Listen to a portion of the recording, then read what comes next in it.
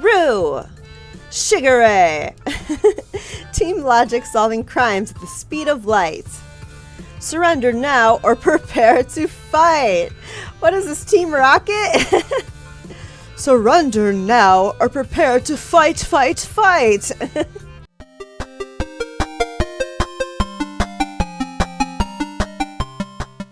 Hey guys, it's Katie and welcome back to Lucid 9 Inciting Incident. In the last episode, we were able to get out of the hospital and be discharged. Yaiko, Masato, Akira, Elizabeth, Rue, and Eri, we all get into a limousine and we go to Cafe de la Paix. We play a role-playing game with Sight Code, and I think we totally lost because Yaiko wanted to skip to the final battle and we were just so unprepared for it. After the game and after we have some food, Rue and Yama go and visit Mizu's grave. And Yama pretty much tells his sister that, he's deciding to move on. He wants to be stronger and not look back at how she died and blame himself. Then Rue talks to Mizu and she says, to not worry about Yama, she's going to be there for him. And then Rue invites Yama to come over to her parents' house for dinner. After they part ways, Yama goes back to his apartment, and right when he's about to open the door to his apartment, there is music playing from inside his apartment. And the music is the same one from the beginning of the game in the forest with the killer. His phone started going off and it was that same music. So it still makes me really suspicious of Natsuki. Like, why was that music playing in my apartment? It obviously wasn't Yama's music. Anyway, she tells Yama that he should have never kept, trying to find out the truth about Mr. Ryota. Yama just kept digging and trying to figure out who it was, and he did not heed Natsuki's advice. So I'm guessing it was kind of like a threat. The next morning, Yama's parents give him a call and tells him that he is going to be moving back to Seto because of everything that has happened. And before we're going to be picked up, we have the option to go choose to hang out with a friend and go see Rue for dinner. So I chose to hang out with Misaki. We met by the river and we told her that we're going to be moving away. Yama also tells Misaki that he thinks that Rue is going to confess to him. And she pretty much says, go for it. Yama then heads over to Rue's parents' house. And when he gets there, he notices that the door's open. He thinks, oh, maybe they left it open for me. And when he gets inside, the food is burning on the stove. There's broken glass and, some of their belongings are, it looks like someone came in and there was a struggle. And I don't know, in the last episode, I was just trying to keep my hopes up till the very end. I wasn't going to give up. So anyway, Yama comes across Rue's dad and his head is in his soup because I think he was shot in the head maybe. And he comes across Rue's mother, who has been shot in the chest, and they both had passed away. And when Yama goes around the counter, he sees that Rue has also been murdered. And it was just so messed up. She had gotten ready for the day. She was ready to confess her feelings to Yama. And, she was murdered. So it's are we ever going to find out who the killer was that killed Rue? I mean, we captured Mr. Ryota, but who is the person that came over here and just killed their whole family? I was really disappointed. I was really sad. I did not want Rue to die. So that pretty much left us at the end of the game. And now I'm going to be showing you guys the achievements that I missed out on when I was going through the game because I didn't want to ruin the game. So I was saving this for the very end. So we are continuing off where very beginning in the game when Yama comes home after school and he has the option to watch Governmecker or read a book. And now I'm picking to read a book. So let's continue where we left off. All things considered, I'd rather not destroy my brain by watching Governmecker. It might be a better idea to read a book. I rifle through my shelves, searching for a good book. The Many Adventures of Kunoichi. I remember this was my favorite book when I was a kid. Haven't read it in a while, though. I flip the book open, absorbing the lifelike print on the page. It narrates the story of a girl who wants to be a ninja. She starts off pretty low on the chain, a mere errand girl. She also has this big crush on a friend whom she's known since they were kids. Sound familiar? The chapter continues. Kunoichi ends up failing on even really simple errands, since her friend randomly starts hanging around her more. She tries to confess, but he's apparently totally oblivious to her feelings. Please, anyone could tell that he knew. He's just trying to... Alright, so now instead of watching Governmecker, we're going to choose to study. I've got a couple hours until I need to head to bed. Might as well get some studying done. I dig a few textbooks out of my backpack for a lazy skim as I lie on my couch. World history. It's sort of interesting, in a morose way. If I had to sum it up in one sentence, it might be humans suck. They just can't get along. Wars, slavery, prejudice, torture, subjugation. Really, it's a miracle that we have any good in us at all. I consider most history tests to be fairly straightforward. Someone did something stupid. Someone died for it. Someone got angry because of that. Someone did something stupid. Rinse and repeat, cycle after cycle. What was I doing? Oh, right. I was supposed to be studying. I can't bring myself to care enough to keep reading. I decide to just get ready for bed. Might as well sleep early. Good night, world. It'll be time for another long day. Okay, now we're gonna text a friend. Who should I text? Ooh. Let's text Mizaki.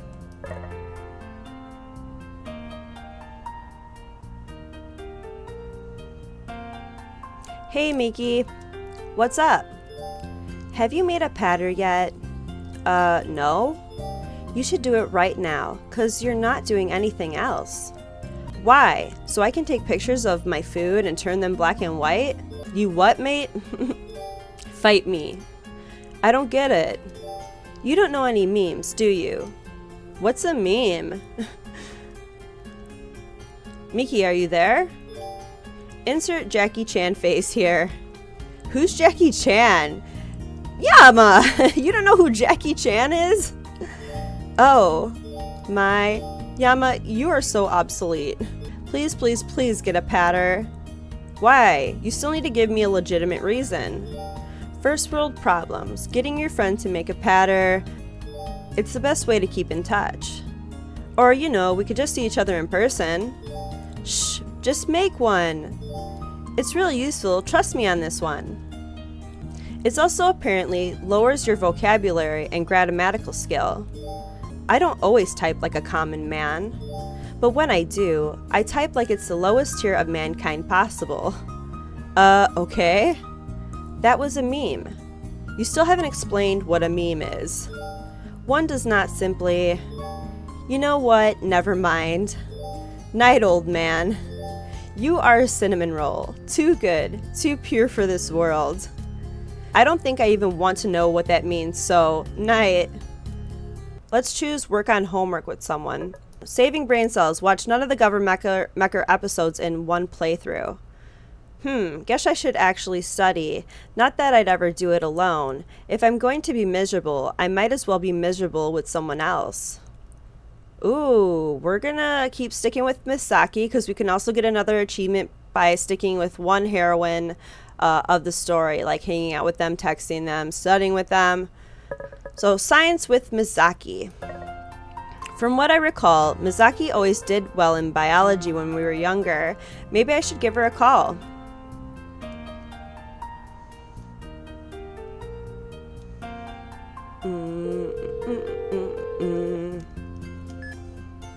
Hi Yama, how are you? Fine, just doing science work. So how'd that talk with Rugo earlier? It turned out well, thankfully. That's good. I was beginning to wonder whether I needed to lock you guys in a room to settle things. What's wrong? Are you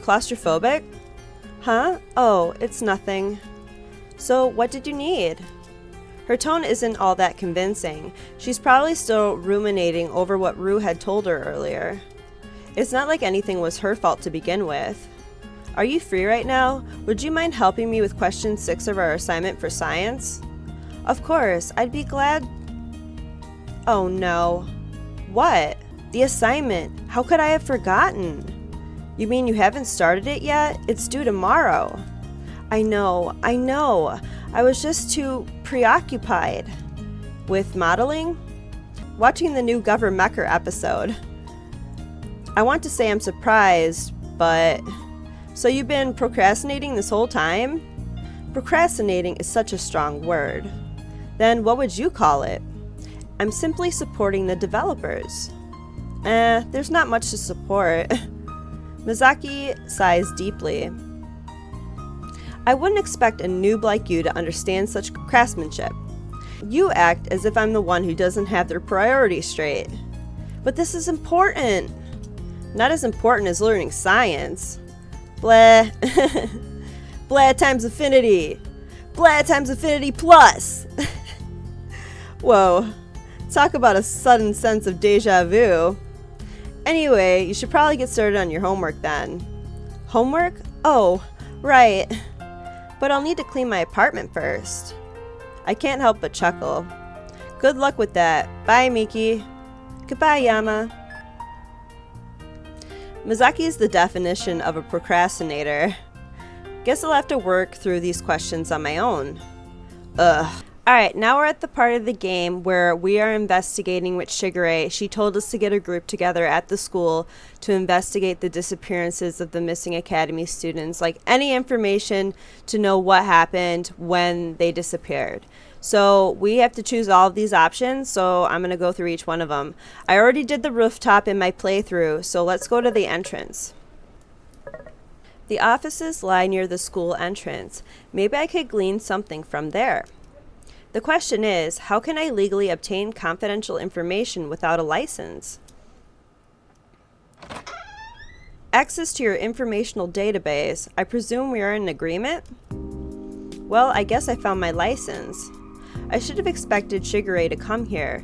The faculty office does, after all, hold the official records.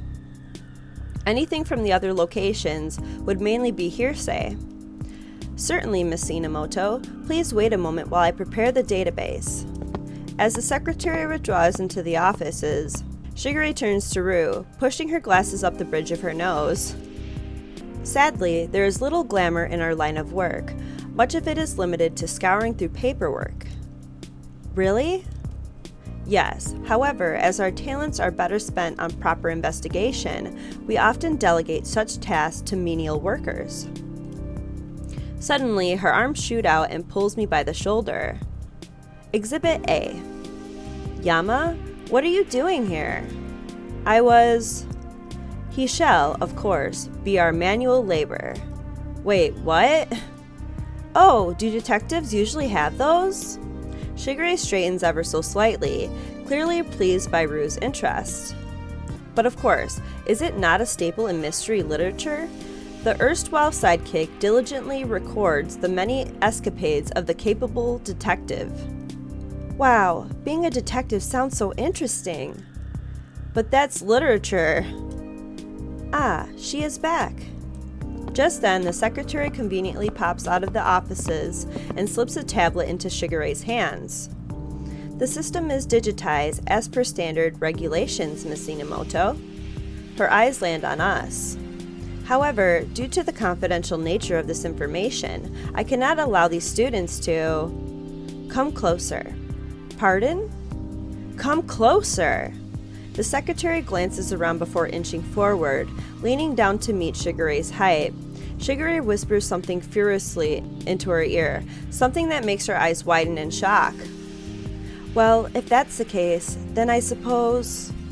Good, off you go. I shall return this after it has been properly searched.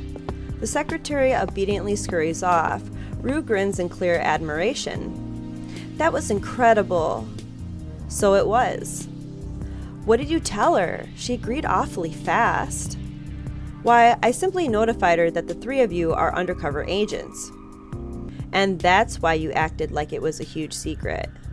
Precisely. I stated that your identities must not be blown for the sake of the nation. That's really clever. That, good people, is why it is vitally important to practice one's prowess with language. Manipulation is the key to obtaining information. That doesn't sound very moral. At any rate, we must proceed. Evidence awaits. She dramatically activates the tablet, flipping through the Academy database. The amount of pure information it holds is frankly disturbing. For each student, they not only have basic information, but details filtered from any linked social media accounts. Well, protege, would you like to take a look? I guess, if you really... Yes! Rue bolts in front of me, snatching the tablet out of my hands. She eagerly flicks through the tablet as Shigure looks on with a proud smile. Haven't I been working for Shigure for, 3 days now? And Rue just met Shigure today. Wait, why do I care? I'd be free if she took my job. No more random assignments, no more verbal abuse. It would be heavenly. Right? Rue suddenly leaps away from the tablet, startling me out of my thoughts. Oh, gosh. I did not need to know that about Mazuto. What? Nothing. I attempt to peer over her shoulder for a closer look, but Shigure promptly swipes the tablet. A good effort, protege, but you must remember to prioritize the evidence above all else. Had you lost your grip on that tablet, our lead would have been obliterated. I didn't think of that. It is no big burden, but we must utilize the precious time we have been granted. She begins skimming through the tablet, eyes roving rapidly across the glass surface as she takes in every morsel of information. Yes. Oh, I see. What is it? We have one particularly very telling detail, something that should be addressed before we move on. What? Ishiyama. She flings the tablet unceremoniously in my direction. I'm barely able to catch it in time. So much for prioritizing the evidence above all else. Summarize. Why me? Because you are dragging the group down with your uselessness. But summarize. Sir, yes, sir. I dourly scan over the tablet as she hovers over my shoulder, or attempts to, except for her considerable lack of height. Well? I wave away her demands, steadily immersing myself with data. Apparently, there's already been 3 official disappearances. The first was verified 6 days ago, the second was verified 4 days ago, and the third was verified just yesterday.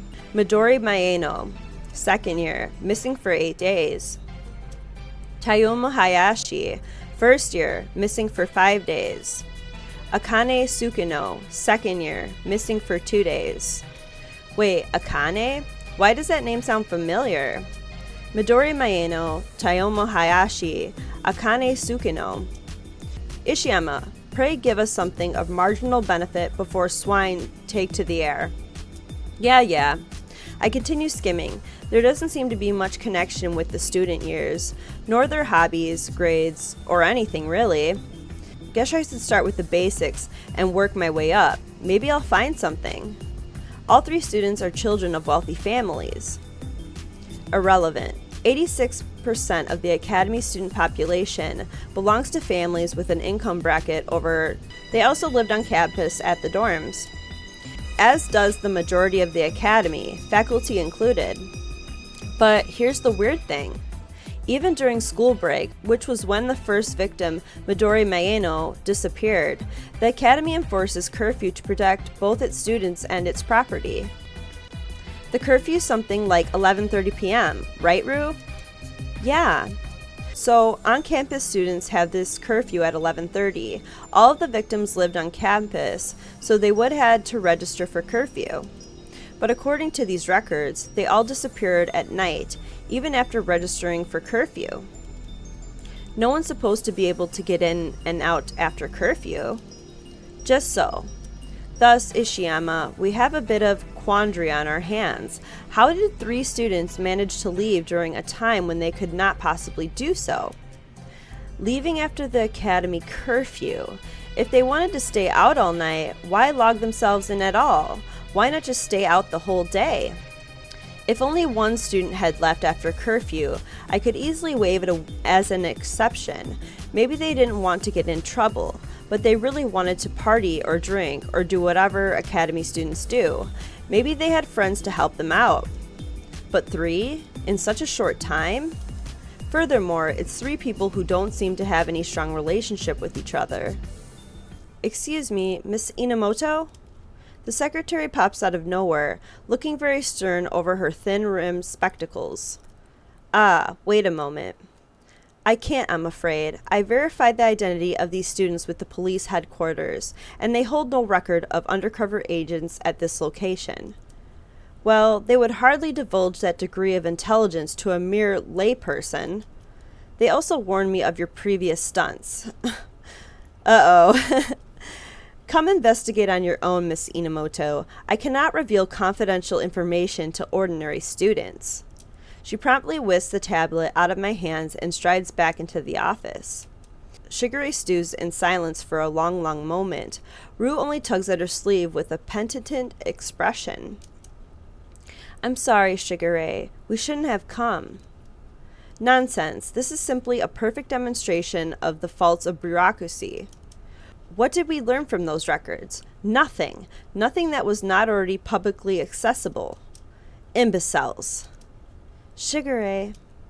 Ari's simple call seems to mollify Shigure. Well, at the very least, I suppose we discovered some fairly important information. Primarily, the fact that each student logged in for curfew before they curiously vanished. That's a good start, at least. Sadly, not nearly significant enough. Then, how do you propose we continue? Well, thankfully, I anticipated that such an event might occur and made sufficient compensations. Come, Eri, Rue, Ishiyama. Renewed, she marches up the stairs to the 2nd floor. I've got a really bad feeling about this. Shigure hovers around the hallway before blasting into classroom 2B, hand sweeping in an overly extravagant gesture. What is she doing? Stop the presses! Rue's eyes light up at this display of histrionics. She barges in right behind Shigure, pointing dramatically into the distance. We have arrived! All eyes land on the peculiar sight. I try to stick to the shadows before I'm dragged into their insane antics. What kind of backup plan is this? Who are you? The question is not who am I, but rather who I am to you. Isn't that the same thing? Wrong! To you, I am superior. To you, I am omniscient. To you, I am your master. To you, I am the law. To you, we are the truth. What is this? A comedy duo? Maybe it's some kind of advanced intimidation tactic. The teacher certainly looks frightened enough. Either that, or concerned at their mental health. Rue! Shigure! Team Logic solving crimes at the speed of light. Surrender now or prepare to fight! What is this, Team Rocket? Surrender now or prepare to fight, fight, fight! Oh, that's right. Don't look at me. I don't know these people. Get back to your classes before I report you for truancy. Shigure becomes very, very still, and her hands curl into fists. Here we go again. I am not another Anacephalus Ketchkuman. I am a legitimate freelance detective, 26 years of age, officially licensed, and I am here on matters of extreme import. The teacher's eyes swirl at her excessively large vocabulary. As a result, there's no resistance when Shigure takes the podium, addressing the class students like a president at her inaugural address. Denizens of City of Izumu, your cooperation is required for a situation most dire. For more information, I refer you to your head of public relations, Eri Hidega. She nods her head at Eri, who after a few moments of staring wordlessly at the podium, steps to the center of the classroom. Ah, Eri. Maybe despite her introverted tendencies, she's a really good speaker. At the very least, she can't be worse than Shigure. Are any of you murderers? Never mind, she can be worse than Shigure. Way worse. What kind of question is that? Are we in trouble? They're wasting our time. Well, desperate times calls for desperate measures. I need to get us out of here before we're expelled for disruption. What can I do? Ha! It seems that even that simple question has eluded their tiny brains. Try something different, Eri. Have you seen any strange events recently? I think we're witnessing a strange event right now.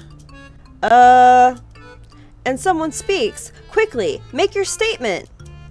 Nothing. I just, saw something outside. Of course. The old bait and switch trick. That'll get him to leave in a hurry. Outside? Quick! After them! Chase that cab! As they bolt into the hallway, Eri pulls out her phone and taps idly on its surface. Within a few seconds, a police siren is playing from its speakers. Quick, after them! As she snappily walks away, sirens still resounding from her phone. All eyes fall on me. The teacher only folds his arms, staring at me with a single raised eyebrow. What was all that about? I better just make a run for it. I promptly sprint out of the classroom, taking random turns until I finally feel safe. Well, I'm not sure where they went, but it's already time to rendezvous. I guess I'd better head to the roof. Alright, now we're gonna pick the cafeteria. The cafeteria is not the only place where students retrieve food. It's also one of the most popular hangout places on campus.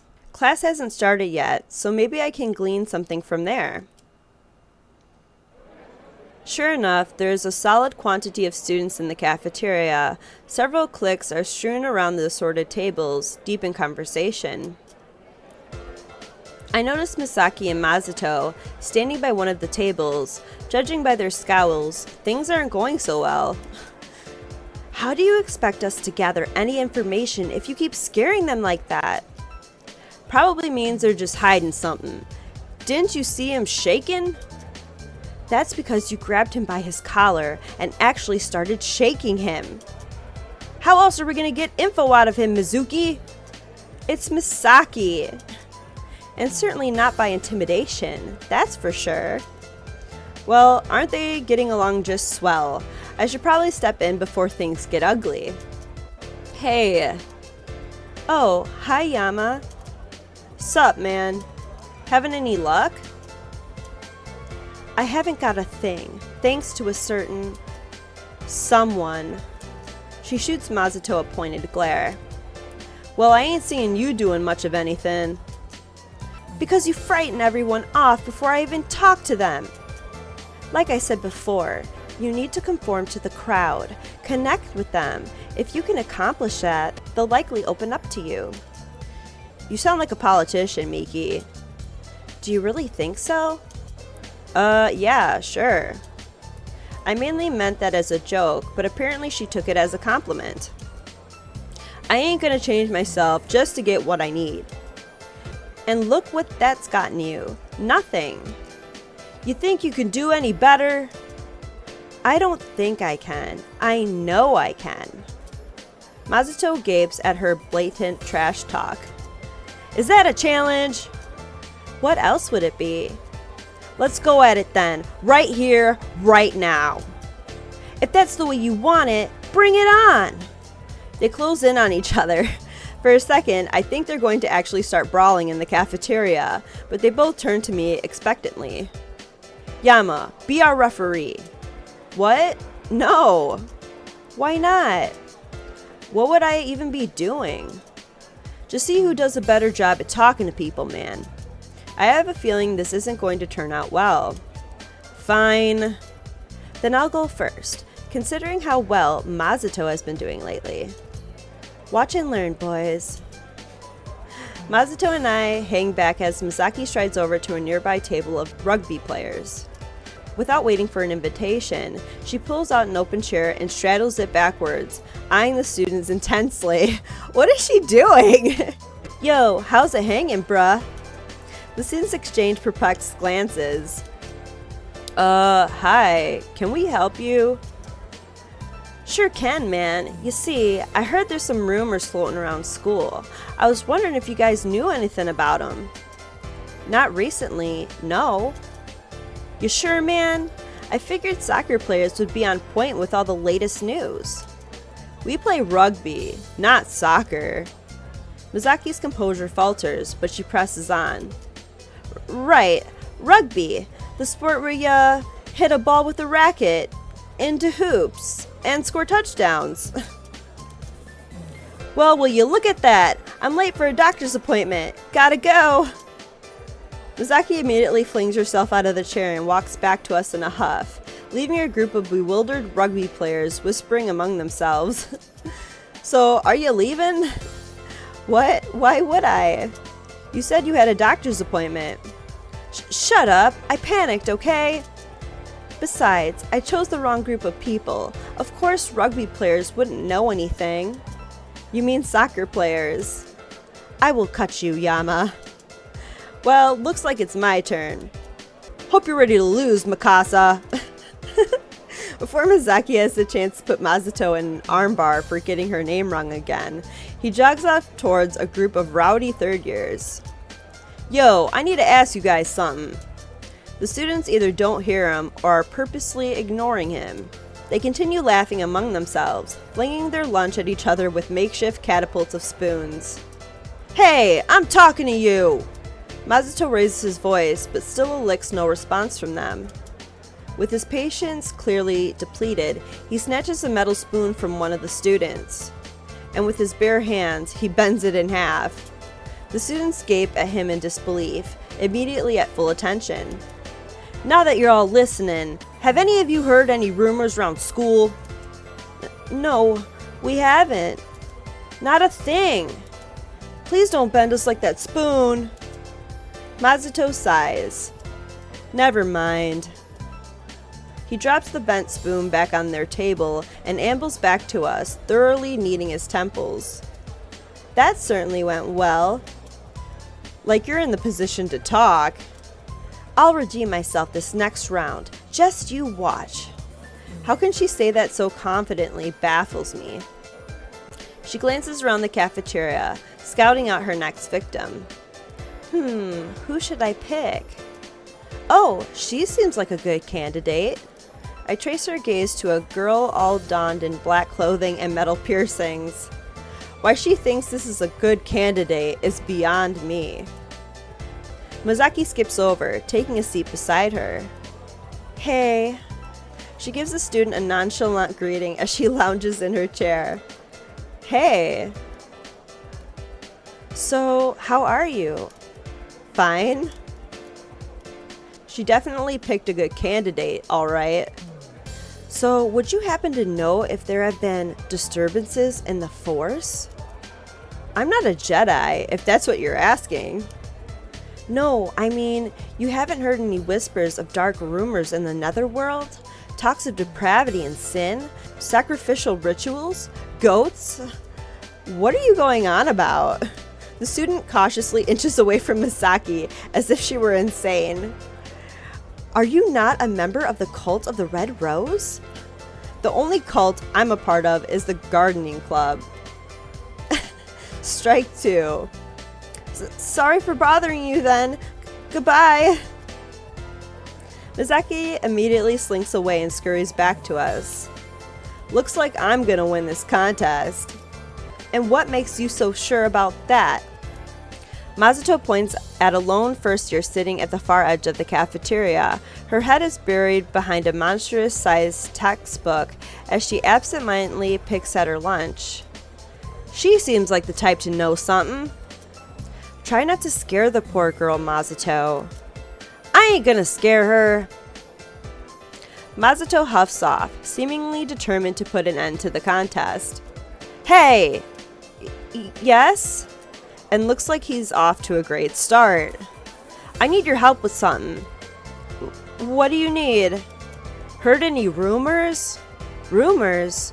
Well, I might have heard something, I think. The girl shrinks in her seat as Masato inches closer and closer, an intense expression still plastered on his face. It would have appeared comedic if the girl didn't look so horrified. I should probably step in.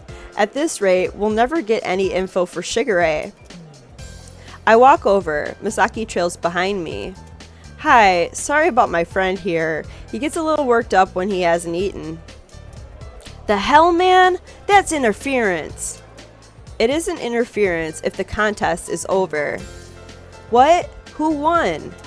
Both of you, at sucking. I turn back to the girl and give a light smile. Her shoulders seem to relax a bit. So, you mentioned you might have heard something?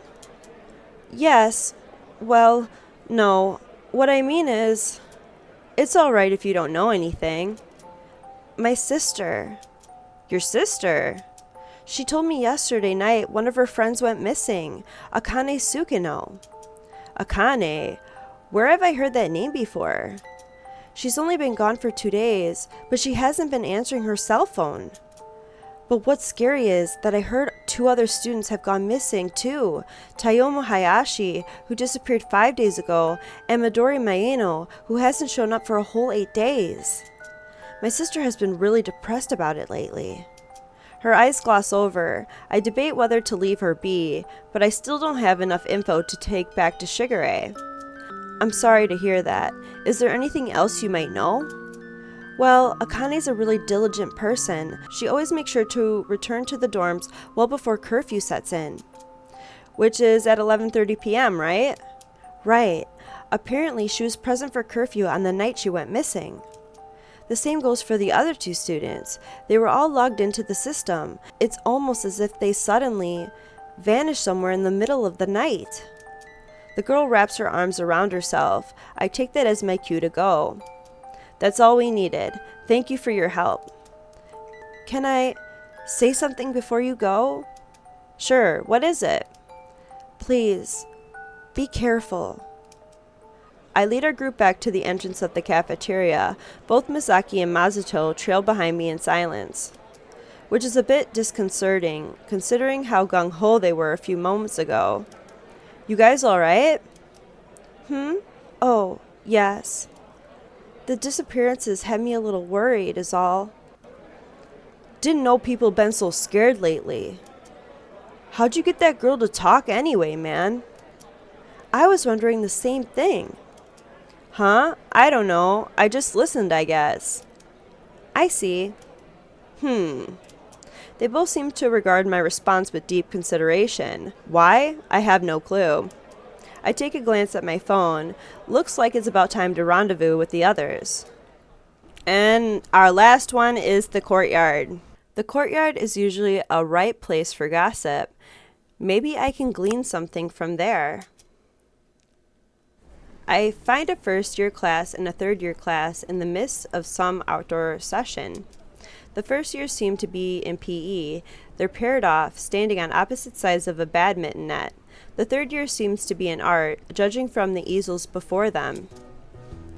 Interestingly enough, Elizabeth is here, pleasantly chatting with an adoring first year. Honestly, I'm surprised that she took so well to being ordered around by Shigure. Maybe she's just sucking up because Shigure is part of law enforcement. I see. Thank you for your help. No problem, Elizabeth. She races back to her friends by the badminton net, chattering excitedly that Elizabeth Oshiro just spoke to her. I'm about to stride over, but another familiar girl slides next to her with a smile. Natsuki Tanaka, the mystery within a mystery. Why, what might you be doing here, Beth? Hey, Natsuki. Art? And she's an art student? And in the forest, they're talking about, masterpieces and Van Gogh himself and stuff like that. Charcoal fingers. You know how it goes. Really, though, why aren't you in class? It isn't like you to skip. Oh, I'm not skipping. This is for work. Work? A different work. For my father of sorts. Her father? Why her father? Then again, I can understand why she wouldn't want to mention Shigure. Your father? Sounds important. Actually, you're good with information. Can you tell me anything about the recent disappearances? The recent disappearances? On the news. Oh, those disappearances. She says this airily, as if disappearances are simply an everyday event in Izumu. Elizabeth doesn't even seem fazed. Let's ask around, shall we? Thanks, Nitsuki. The two girls split off. Nitsuki settles in front of her easel, but strikes up a conversation with her neighbor. Elizabeth continues to pull aside first years from the badminton court. I really shouldn't tease her, but the opportunity is just too tempting. I slide around the edge of the court until I'm right behind Elizabeth. The news showed it today. Oh yeah, now I remember. Crouch down, lean over, and... Tea and crumpets! Bloody hell! Eee! I snicker as a chain of expletives pours from Elizabeth's mouth. She whirls around, daggers in her eyes. What on this bloody planet are you trying to pull, you gormless git? There's her British side, strong as I've ever seen it. I must have made her really mad this time. I can only grin as I speak in an exaggerated drawl. Would you like some tea and crumpets? How about some fish and chips? You're just so handsome, charming, brilliant, delusional. I can almost appreciate that. Well played, Elizabeth Oshiro. Whoa! It's only then when we remember that we have an audience. Elizabeth manages to set her face back into a smile for the gaping first years. What? I didn't know you guys were dating. A thrill of indignation races through me, and I immediately release Elizabeth, who's attempting to speak past incoherent spluttering. We aren't. I'd never date her.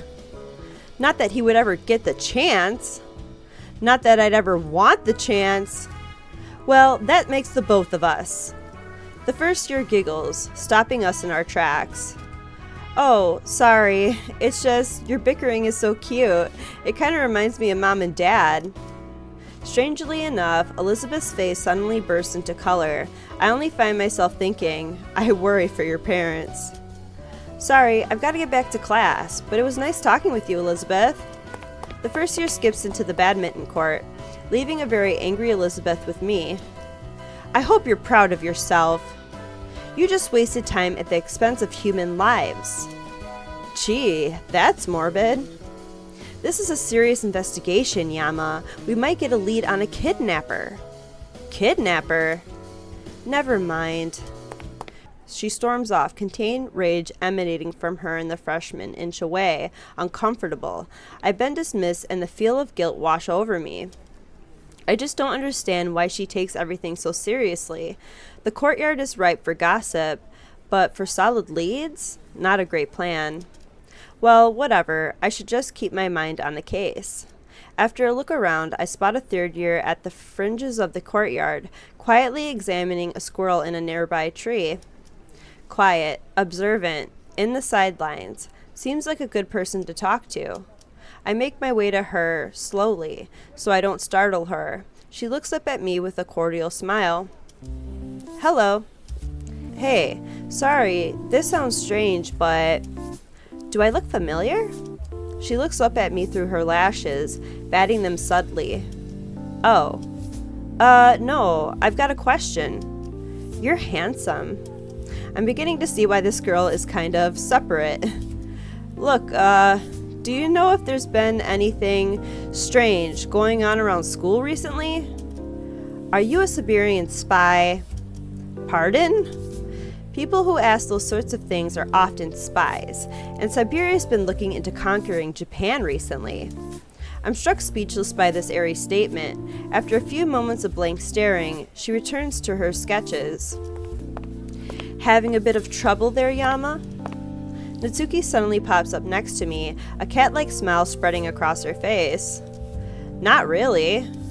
I probably should have chosen someone else to talk to, though. By any chance, do you happen to be investigating the same thing as Beth? What makes you think that? You are you not?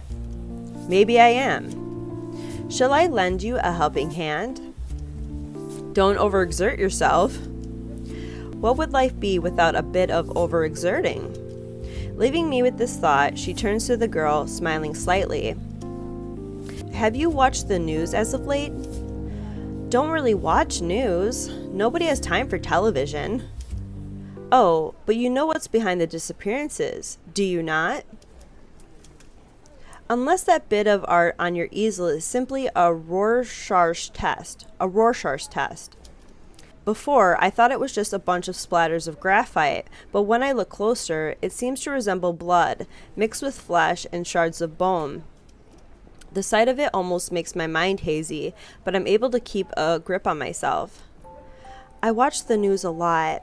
Here, they play it in the hallways sometimes, or in the dorm lounges. It is obvious. There is a terrible hand behind these disappearances. Oh? There are 3 disappearances. Each took place after curfew. They logged in for curfew, but then left, like Atlantis. That doesn't make any... Patience, Yama. She's not quite finished. The student stares blankly at her canvas before continuing. Midori Maeno. She was the first. The precedent. She disappeared 8 days ago, before the beginning of prison. Prison? She is referring, of course, to school. Right. I'm growing to like this girl, as odd as she is. Tayoma Hayashi, he was next, energetic, with the spirit of Loki. He disappeared on the first day of school, 5 days ago. The last, Akane Sukino, she disappeared 2 days ago. Akane, that name sounds vaguely familiar. So, whatever do you find odd about these vanishings?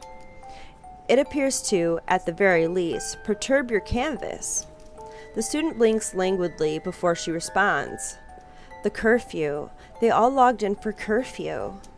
I frown for a moment, running some quick calculations. The academy curfew is at 11:30 p.m. By that time, students have to log themselves from their dorm rooms to verify their presence. So, if I get what this girl is saying, they're listed as present for curfew, but somehow, while everyone was sleeping, they disappeared? How is that possible with the current security parameters around the academy? The student sets down her pencils. Shadows follow you wherever you go.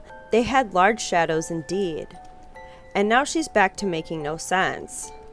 I don't understand what you're... Most interesting. Thank you for your cooperation. I raise an eyebrow at Natsuki, but she only shakes her head minutely. The student is looking rather wistfully at her canvas. It might be best to leave her alone. Thanks for the info. Do not betray this country, Siberian spy. She turns back to the canvas as Natsuki and I step away, leaving her in peace. Well, Yama, you can take that however you may. Thanks. Anything for dear Beth. Now that I think about it, the fact that Natsuki wrung that information so easily is chilling. Oh, it seems Beth is having a bit of a trying time. I follow her gaze to the edge of the badminton court, where Elizabeth is clearly trying to rein in her temper against an impudent first year. Doesn't surprise me. She doesn't seem to be able to deal with people who aren't falling all over her shoes. Oh my, shall we save Beth? Before I can respond, Natsuki cups her hands around her mouth and calls out, Oh, Beth! Elizabeth storms over in a tight coil of barely contained frustration, her mouth pulled into a thin smile. Yes, Natsuki? Haven't much luck, I gather? Elizabeth only shoots a piercing glare at me. What are you still doing here? Well, here we go again. to pay my respects to the Queen of England. She closes her eyes, slowly kneading at her temples with the tips of her fingers. Your queen commands an ordinance. Go away. But I'd really rather not. You see, I'm in the mood for some tea. What does tea have anything to do with me? Well, you know, serving tea, serving coffee. When I say this, her eyes widen, and she immediately kicks at my shins. It stings much more violently than I thought it would. What are you doing? Biting my kneecaps? You just don't know when to stop, do you? Oh, Beth, it is a little joke. Lighten up. I'm honestly surprised that she's taking my side, considering that she's Elizabeth's friend. Then again, she doesn't seem like a typical friend. Well, I've got more important things to do than stand around bickering with Yama, so bye. Then a good day to you, madame. Give my regards to the king, if you ever find one. She whisks around and strides off without a word. Looks like I won this round. Oh, Beth, ever upset. Even though Natsuki's words seem sympathetic, there's a tinge of amusement to her tone. It's disconcerting.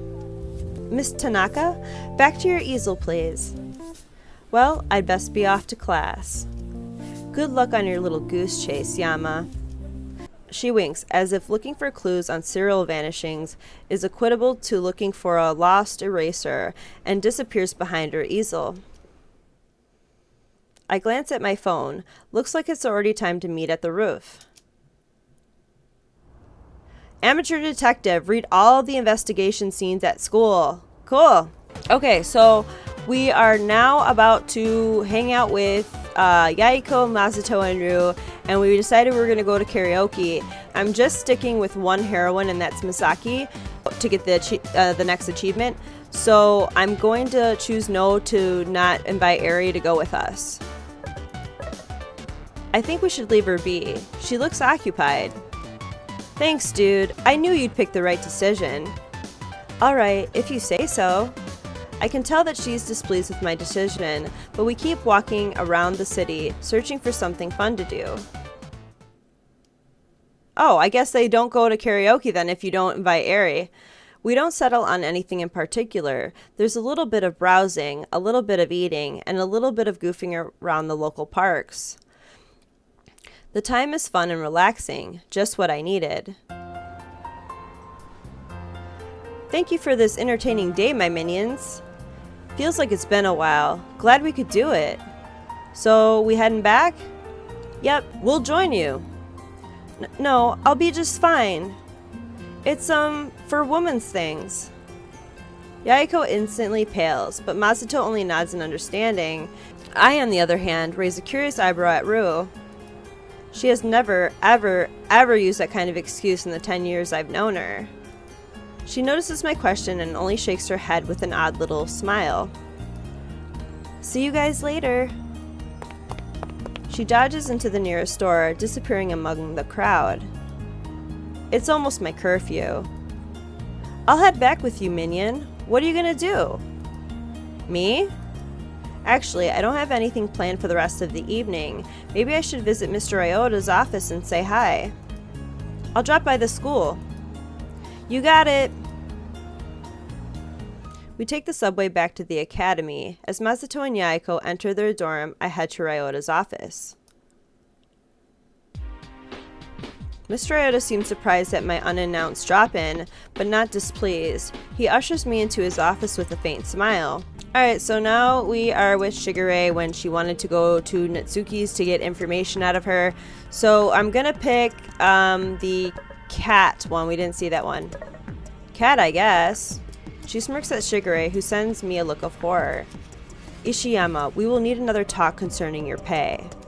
Natsuki cheerily vanishes into an adjacent room. When she emerges after a few minutes, she's holding a full-size cat costume. Put this on, Inamoto. Give me a nice long meow. Meow. Meow. Seeing Shigure so subdued is pretty unnerving. I can't believe that such a proud person would stoop so low. I want to fight for what's right. I want to fight for what's right. How very noble of you. What, is that such a bad thing? If you're lying about it, yes. I know how boys like you work, Ishimoto. You're so afraid of being nothing that you'll just do the oddest things to stand out. Solving murder seems to be a very good way to start, don't you think? What is even her deal? Isn't it precious? Two useless fools bumbling around together. A washed-up, headstrong detective who is blinded at the first sign of murder, and an irresponsible, selfish teenager who takes nothing seriously. Isn't Shigure a professional detective? Isn't Shigure a professional detective? I'm gonna sell it like you. I'm going to keep it, and when the time is right, sell it. See other people grovel in humiliation for it. Because that seems like a nice thing to do for humanity, wouldn't you agree? She only takes this barb with a laugh. You're cute. What are cats supposed to say, Inamoto? Meow. I think that means I can keep you. I wonder what our little kitten should have. I do have some expired milk I've been meaning to throw away. Maybe I can dump it in a bowl for her. Shigure huffs at this, but keeps her mouth shut until Natsuki has completely left the room. Then she pulls herself over to me, her voice low and urgent. Meow. And there you have it. Okay, and now we're gonna do the chicken option. Chicken, I guess. Give me a nice loud bok bok bok. Bok bok bok.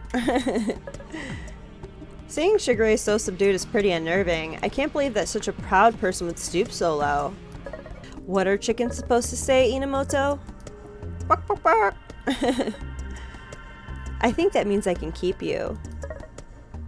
I wonder what our little chickadee should have. I do have some moldy corn I've been meaning to throw away. Maybe I can dump it in a bowl for her. Shigure huffs at this, but keeps her mouth shut until Natsuki has completely left the room. Then she pulls herself over to me, her voice low and urgent. Bok bok bok. And there you have it. Okay, so we're gonna pick Nevermind to hanging out with Akira. It's probably none of my business anyway. I'll make it if I can. I try to sound encouraging, but this just seems to sink her further. Of course you would. She promptly scoops a pile of fabric into her arms, her face transforming into an abrupt smile. Well, Admiral, I must be going. I have places to go, people to see, worlds to save. And about what happened, if you could, just ignore it.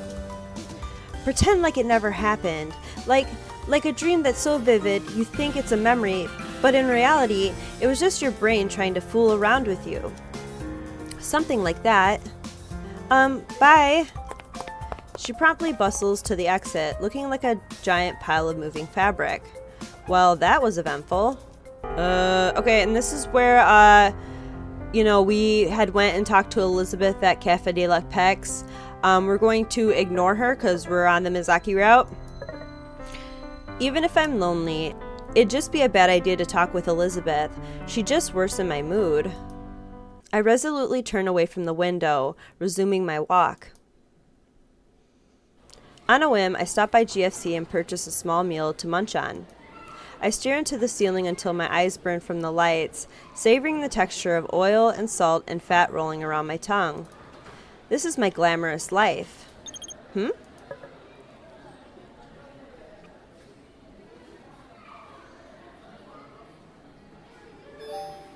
Maybe at the school entrance in 5, it's not about track. I actually feel a stab of concern. I've never seen Masato acknowledge my dislike of track. That's enough incentive for me to wolf down my chicken and bolt to the school entrance. Like earlier this morning, the entrance is all but barren. Looks like most of the students are downtown, relishing their pre-curfew freedom. It's none of my business. I should just leave it be. She'll probably be at school soon if you want to talk to her. Yeah, thanks, Colonel. Bye, Akira. She ends the call without another word. I lounge back against the sofa and close my eyes, munching on my simple breakfast. I had the sinking feeling that this is the last breather I'm going to have for a while. After a moment of relaxation, I head to school ready to start the day. Even though I'm only slightly early, the classroom is already at full attendance. I guess that with curfew in effect, there isn't much else to do except come to class on time. No, as unfair as it is, I just turned things into a mess by stepping in. I creep away, wincing as their voices heighten to strident screams. Yeah, this is when we stepped in to help Eri from the group of girls that were bullying her. But since we're on Mizaki's route, it's like we're not hanging out with the other heroines of the story. So for the rest of lunch period, I rest on the rooftop, munching at my takeout to a symphony of silence. It doesn't feel like the right decision, but it doesn't feel like the wrong decision either. I wouldn't have been able to help her anyway. Afternoon classes are just as dreary as the morning, with one key difference. Yaiko is absent. No, I've tried time and time again, and I've come away with nothing but disappointment. I should just accept the fact that I'll never understand her, not the choices she makes, nor the words she says. And this is the part where we went up to the rooftop and we were, she was reading books and we were talking about like Mr. Darcy and stuff like that. Bye, Lizzie. What? Instead of answering her obvious query of why are you leaving all of a sudden, I merely plaster a smirk. Have fun reading your vampire romances. They're not vampire romances. That's stupid. I only send her a vague wave as I exit the rooftop. She stews silently for a moment, but it doesn't take her long to return to her books. I could have poked a little more fun at her if I wanted to, but I don't even have energy for that. I'm just about to head back to my apartment when my phone frantically buzzes to life.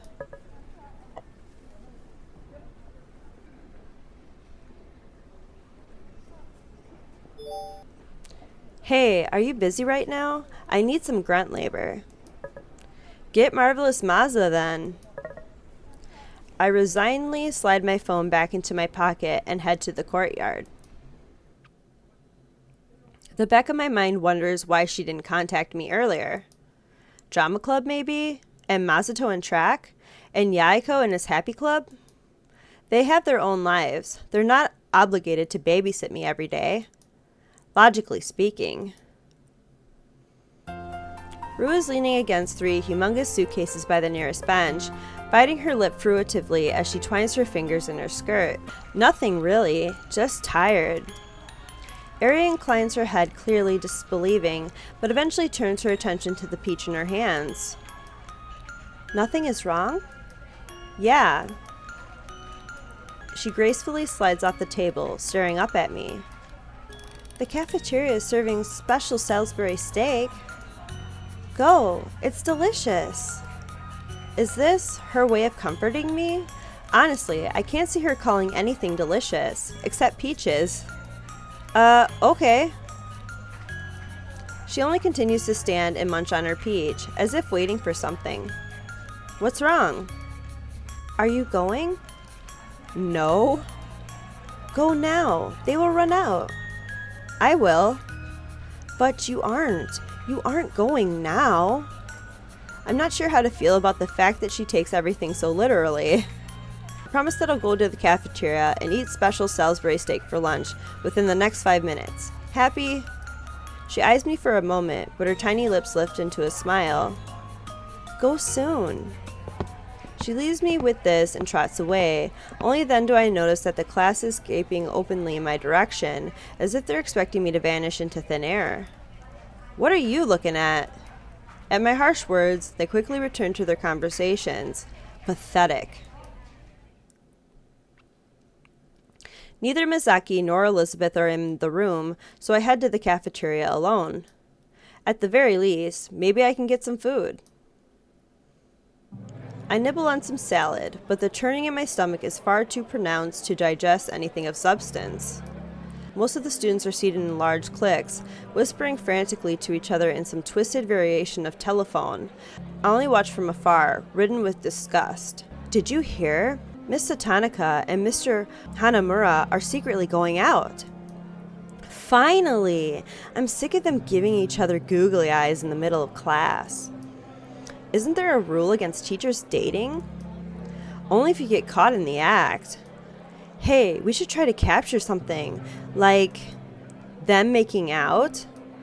Ooh, that'd be a hit on patter. I stab my fork into my salad with such force that the resulting clink stops the neighboring click in their tracks. Oh, sorry. Teachers dating. A student was run over by a train yesterday, and they're chatting about teachers dating. So what if they are? It's not their business, it's the administration's. Futile, worthless, sick and shallow and cloying. And I was just as bad as them. Students kidnapped, students murdered, students ripped from their lives and their families and their friends. And what was I worried about? Masato hounding me for track, being paired up with Rue, troublesome errands from Shigure. Absolutely pathetic. Rid of my appetite, I toss my dishes and head back to the classroom. I expect to spend the remainder of time by myself, but instead I find Mizaki waiting by my chair. There's not much else for me to do except head back home. At the very least, it was nice to spend some time with Miki. This might just be the first time that I've relaxed all day. It's still light out by the time I return. The day stretches ahead of me, full of possibilities that don't actually exist. I wake blearily, my eyes still swimming and my mind foggy. It's already dark outside, dark and late. How long was I out? I check my surroundings. Somehow, my jacket's on the floor. Other than that, the rest of the apartment seems to be in order. There's no signs of vomit or blood. Looks like I just knocked out for a while. I sink back into my couch, rubbing my aching temples. Okay, so maybe it was a stupid idea to look at pictures of corpses. What if I had lapsed again, without remembering anything? Yeah, I definitely should have thought through things a bit more. I try to return to my precious train of thought, but it slipped far from me. My head is pounding mercilessly at my skull, and my vision is still wavering. It might be best just to go to bed. If I get some rest, I can tackle this tomorrow. All of it. Okay, we're gonna pick don't answer the phone to get the bad endings. It's better to end it quickly than to prolong needless pain. I shouldn't have come here in the first place. I shouldn't have tried to fix anything.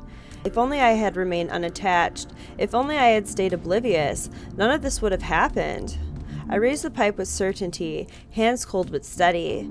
It would have been better if I had just stayed as a normal high school student, breezing past his final year of studies before the university exam. Alienated from this world of misery. I swing the pipe.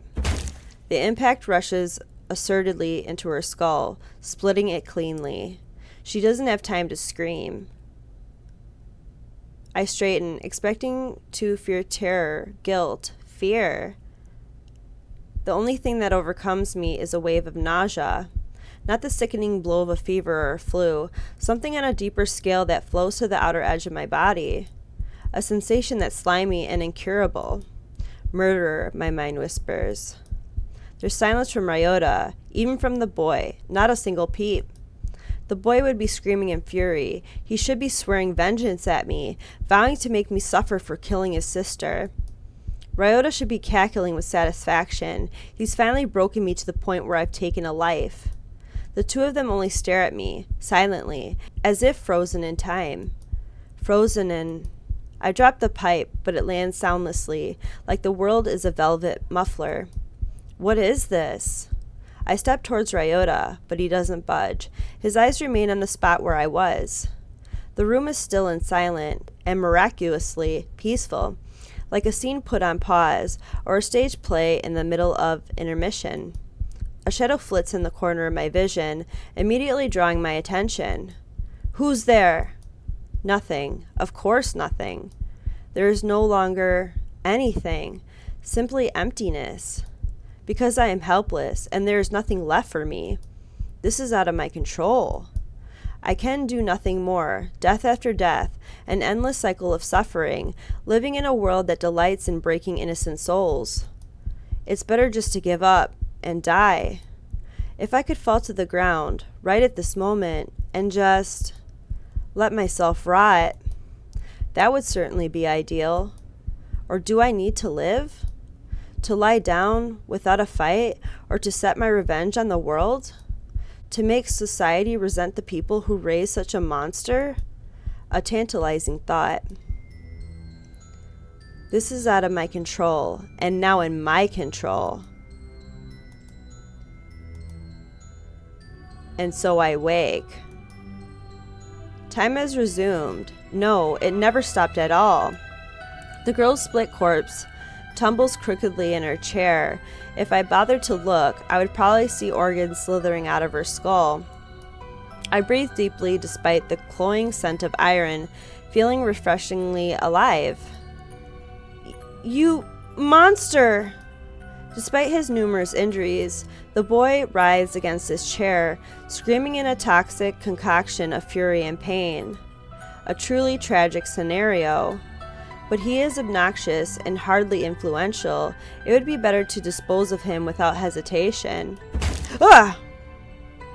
I reach down and grab the pipe, crushing it against his forehead with all the force I can muster.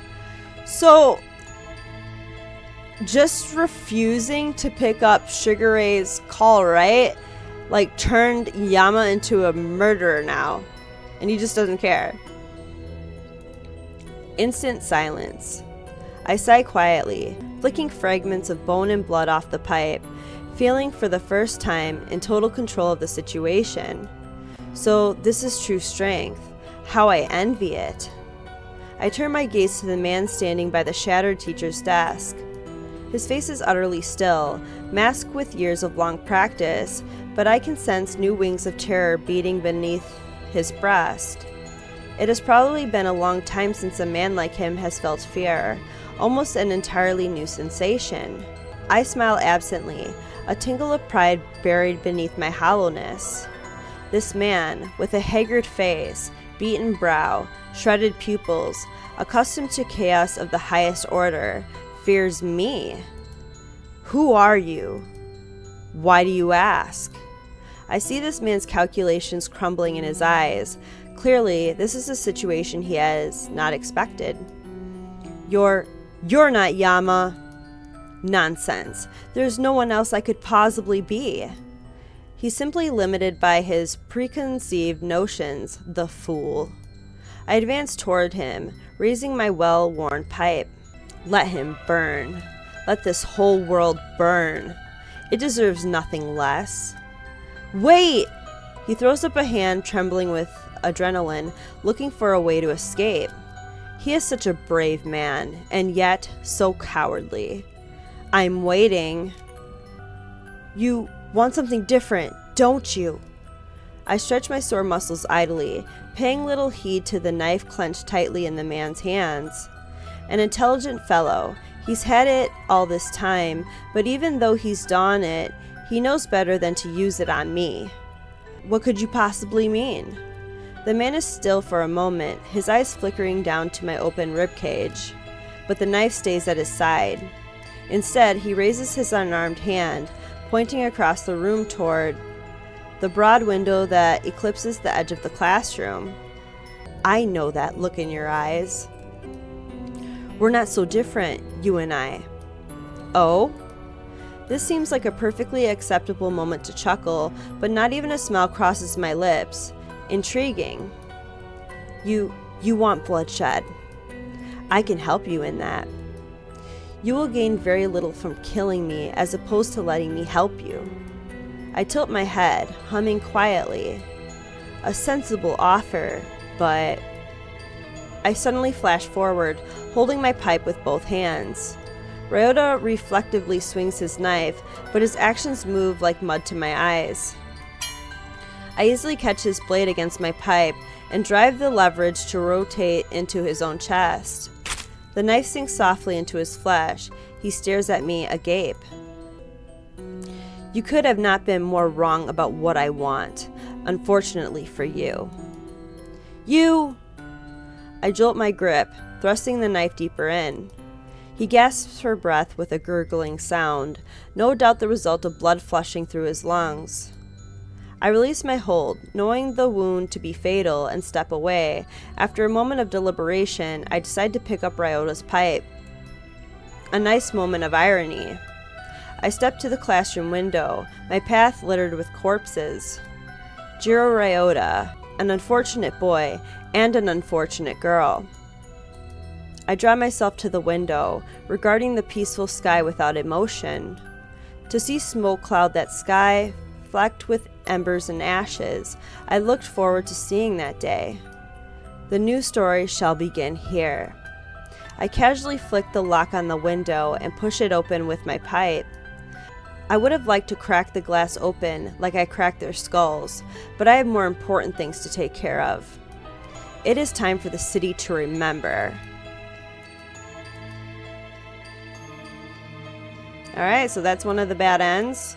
Okay, so we're going to agree to the terms right off the bat that Rue's not going to be there, and just probably the two students will be there.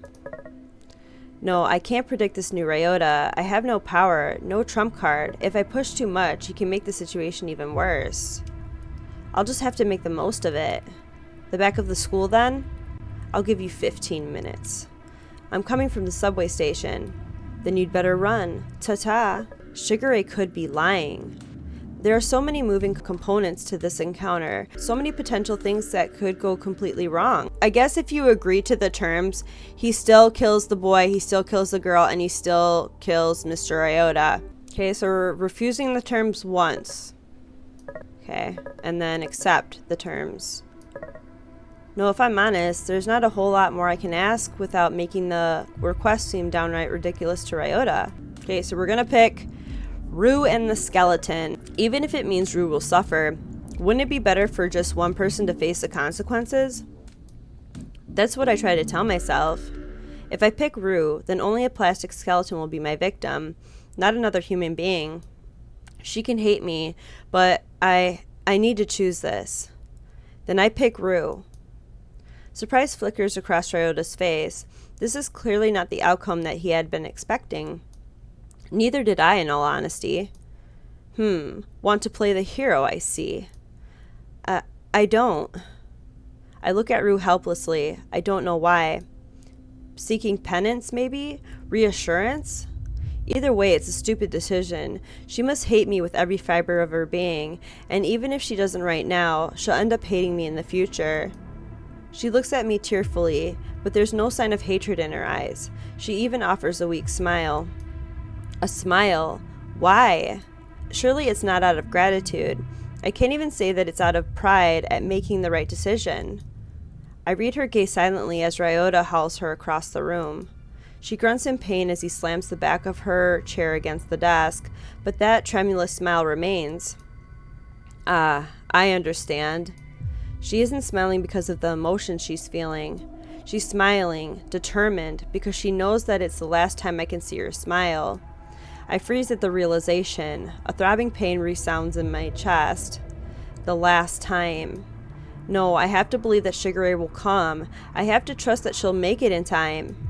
Why Rue? Why my foundation? Why of all people? No, focus. Focus and trust. I can do this.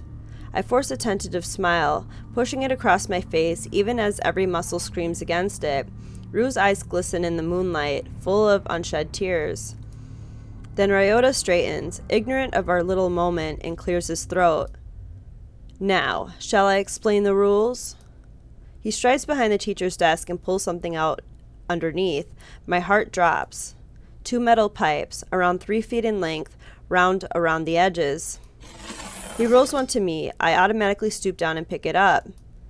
We'll take turns inflicting blows on our disciplinees. Good solid blows that make a nice musical sound. If you can stay sane for as long as Rue is conscious, well, you win. Everyone's a winner. I try to speak past my dry throat. What? What kind of hell is this? I just hit some plastic skeleton and stand idly by as Ryota wails on Rue? He hits her until she falls unconscious? That can't be. He'll kill her that way. He can take his time, hitting her toes, then her foot, then her ankle, then her knee, working his way slowly as he breaks her body. Pain and torment without any sense of the relief that is unconsciousness. My hands shake uncontrollably as Ryota unceremoniously dumps a plastic skeleton at my feet. It gazes up at me with a macabre grin fixed on its face. Well, procrastinators never prosper, so might as well get to work. He raises his pipe with great melodrama, and Rue whimpers reflexively. No, wait. I shouldn't have done this. I shouldn't have picked Rue. But Ryota's pipe is already in its terrible trajectory, soaring downward, and...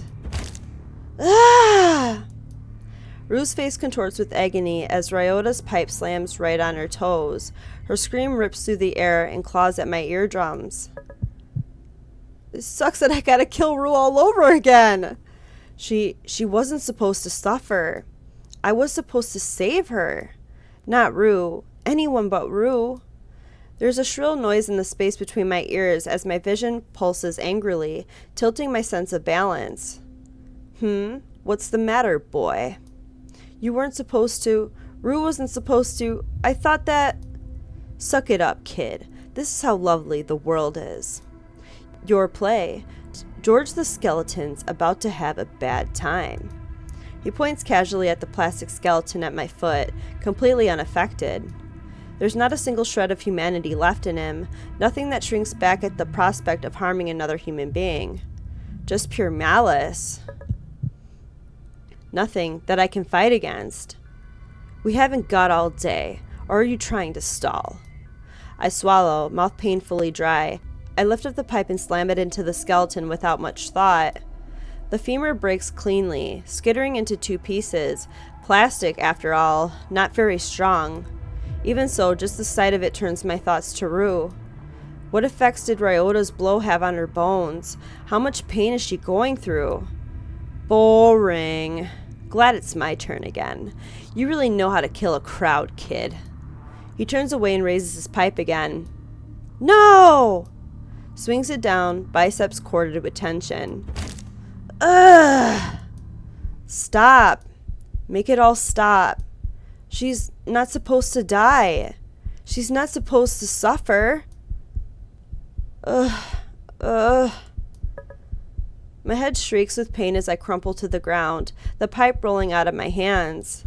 Agony. Nothing but endless agony. Not her. Ugh. Not her. Then I'm overcome with a wave of nausea. Not the sickening blow of a fever or a flu, something on a deeper scale that flows to the outer edge of my body. A sensation that's slimy and incurable. Again, my mind whispers. Again. There's silence from Ryota, silence from Rue, not a single peep. Even the students in the back of the room are silent. Maybe they're trying to blend in the background. Maybe they want to be forgotten. Ryota should be cackling with satisfaction. He's breaking me, and breaking me effectively. Rue, Ryota, the two students, the four of them only stare at me silently, as if frozen in time. Frozen in... I drop the pipe, but it lands soundlessly, like the world is a velvet muffler. What is this? I step towards Ryota, but he doesn't budge. His eyes remain on the spot where I was.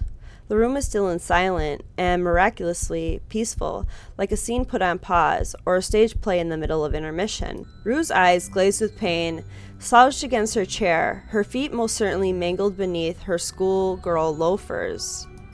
She is my first priority. I step next to Rue and reach out a hand, brushing my fingers against her cheek. Ryota does not move. He seems surprised at the motion. I take advantage of the moment, leaning into to press a kiss against her forehead. Sweet Rue, she deserved none of this. Yama? Be at peace. Before Ryota can move, I raise the pipe. Oh my god! One deft final swing that hits dead center. Rue's neck snaps backward at the impact. Ugh! Then she rests quietly. I straighten, closing my eyes at the solemn moment of peace in the classroom. She deserves a moment of silence for respect. You monster! How could you? My eyes snap open at the unwelcome interruption and turn to the back corner of the room where the two captive students are still bound to chairs. I'd almost forgotten about them. They're writhing against their chairs, a toxic concoction of anger and terror swimming in their eyes. A truly tragic scenario. But they are obnoxious and hardly influential, disturbing the sacred moment. I tighten my grip on the pipe and stride to the back of the room. No one moves to stop me. Of course, only one person can, and he is currently pressed to the floor in his own shock. Dang! It's quick work to swing the pipe twice more. I meet no resistance. Being tied to a chair probably has something to do with that. The broad window which lets in a pool of light onto the body that once was Ru Hayata. I know that look in your eyes. And Ru Hayata, the only one who could possibly have stopped this metamorphosis. But none of that matters now. I draw myself to the window, regarding the peaceful sky without emotion. Alright.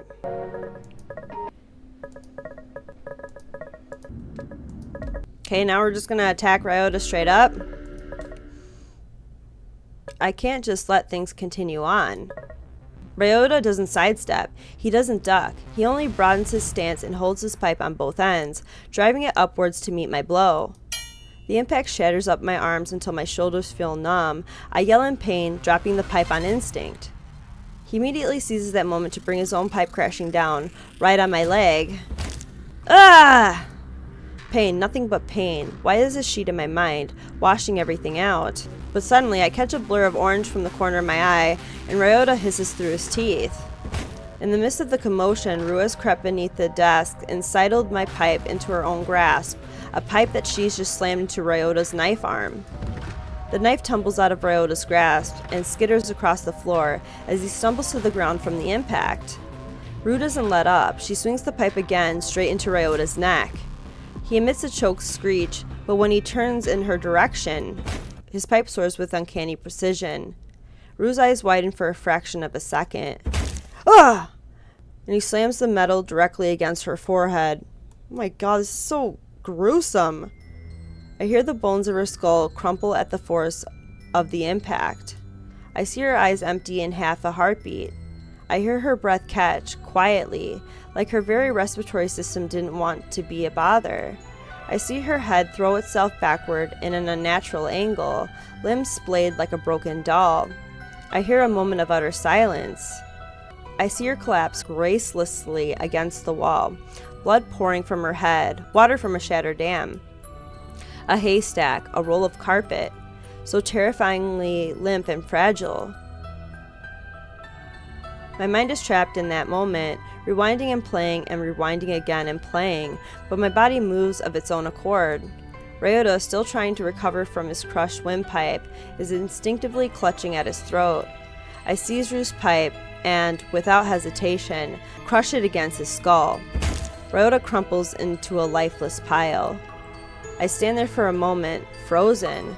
Blood, Ru's mixed with Ryota's, oozes down the length of the pipe, collecting in a gentle ellipse of crimson on the floor. Silence, save for my breathing, heavy and fast. The two students only stare at me with wide eyes and teary faces. Blood, vomit, pus, saliva, mixed in a toxic concentration and polluting the air. The pipe slips from my fingers and clatters shrilly against the ground. I'm shaking. It's like the joints of my very bones are knocking against each other, driving the breath from my body, trembling like a leaf in the wind. Slowly, I draw to Ru's side and kneel next to her. My injured leg screams in protest, but even the pain seems eerily distant. The knees of my trousers meet blood. They soak it up without protest. I cradle my hands around Ru's and stare at them, refusing to look at her disfigured face. Ru, he's gone. I give her hands a gentle squeeze. They're still warm. She's still warm. Ru. It should have been a stab wound. She should have hit his pipe arm, and he should have stabbed her. The hospitals commend a stab wound. but a crushed skull, an instantaneous death. Hey, I was supposed to tell you something. You can't leave me while I'm still talking. She is still silent. Fatal blows aren't supposed to be so quick. There's supposed to be at least a moment, a grace period to share a single word, a look, a touch. I'm sorry, I would have said. It's okay, she would have said. Or if she couldn't forgive me, then act like it, dummy. My hands glide up to her shoulders and gently shake her back and forth. I feel droplets of blood flick on the backs of my hands. Rue, hey, wake up. Rue, the police are coming. Rue. No, this can't. She can't. We were supposed to be okay. Wasn't supposed to end like this. Rue, it's cold. Why is it so cold? Rue, don't leave. Don't leave me. I don't have anyone left. Rue.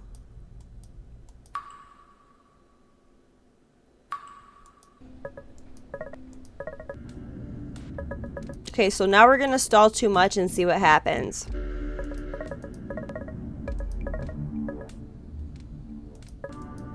That's enough, boy. You tried my patience for far too long.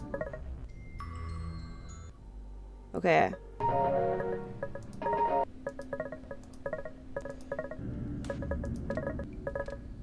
Okay.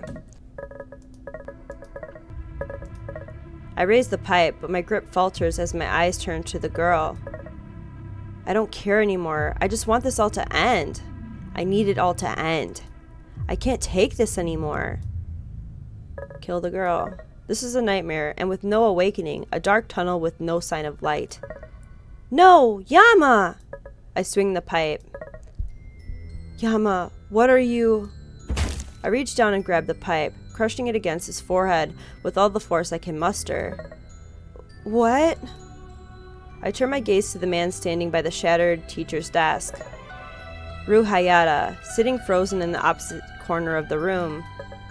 I know that look in your eyes. My path turns to Rue, who is still huddled in the corner, utterly silent, probably in shock. I step towards her, Ryota's pipe dragging on the ground behind my footsteps. I come to a halt before her desk. She looks up at me, eyes bright with unshed tears. What is she seeing, I vaguely wonder? A shadow of the boy who was once her childhood friend? A vengeful phantom of the past? Hello, Rue. My voice is plain and flat. Her eyes flicker to the pipe I hold. Hello, Yama? I see you're not attempting to escape. It would, of course, be useless for her to try, but that is not the deeper question I am asking. Her lips tremble as they part, but she narrows her eyes determined. Because I believe in you, Yama, and I always will. She smiles at me, not because she's forcing it, but because she's brilliant and happy, and everything pure in this world. I can't restrain myself from lifting a blood-encrusted hand to brush against her cheek, feeling terribly sad. That will be your last mistake. Without hesitation, I raise the pipe and... May you rest, Rue, knowing it was for a purpose. What purpose?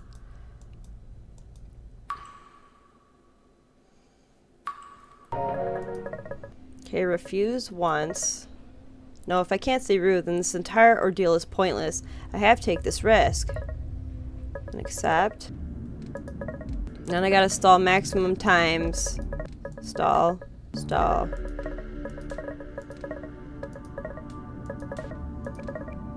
That's enough, boy. You tried my patience for far too long. Don't you know that such offense comes with consequences? Slowly, assuredly, he makes his way to Rue, who's bound tightly against her chair. She tosses violently, throwing herself into the wall in an attempt to loosen her restraints, but it's futile. I try to pull myself towards them, as if I can make any difference in my crippled state, but dragging against the ground sets fire to my leg, forcing me to stop. Don't touch her! Oh, how so? He draws his knife forward, fingers tapping idly against his hilt in an artistic form of Morse code. Dread pulses through the agony in my leg, but I can't do nothing but watch. Like this?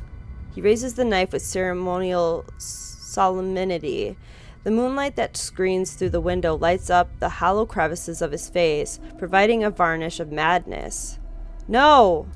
The knife swings down. Blood sprayed against the desk, chairs, tables.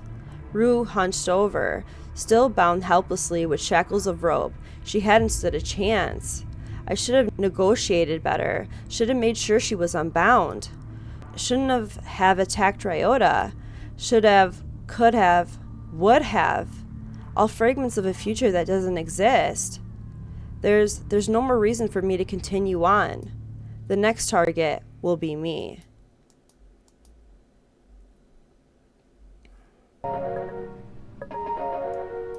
Reject once.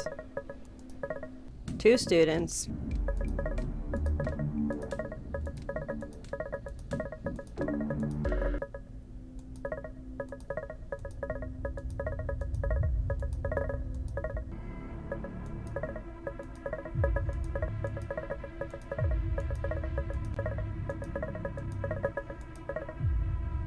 I raise the pipe, but my grip falters as my eyes turn to the girl. And then kill the girl. But I falter. I lock eyes with Rue, but she only looks back desperately, her eyes wide. Of course, she's still tied to her chair. Now's my only chance to run, but if I leave Rue behind and flee, Ryota, he'll be furious, and he'll take it out on her because he knows the best way to get to me is through her. I should have pushed to have her be untied. If we both ran, he would have dropped everything and chased after us. What can I possibly accomplish with her tied up? If I had just been a little faster, a little smarter. Ryota's already recovered from his momentary shock, his face collapsing back into a tight smile. Well, looks like the party's over. I draw up every last bit of courage to stand tall. Give it up, Ryota. You're surrounded. You're not getting out of this. Oh, I know that. Then put down your knife. Oh, kid. Can't you already tell? A feeling of dread instantly starts creeping in, like my bones are being frosted over. Tell what? I care nothing about punishment. I do not fear death. All that remains is the beauty of suffering. Ryota, this is not a warning. We will repeat. The fools. Surely they know better than to bluff with a staff member at this damned academy. Bluff? Simply put, if they wish to hit me, they must mow down the entire classroom. The windows are tinted for outsiders. They are blind as bats. No, how can that be true? I saw Rue. When I was outside the academy, I could see her through the window.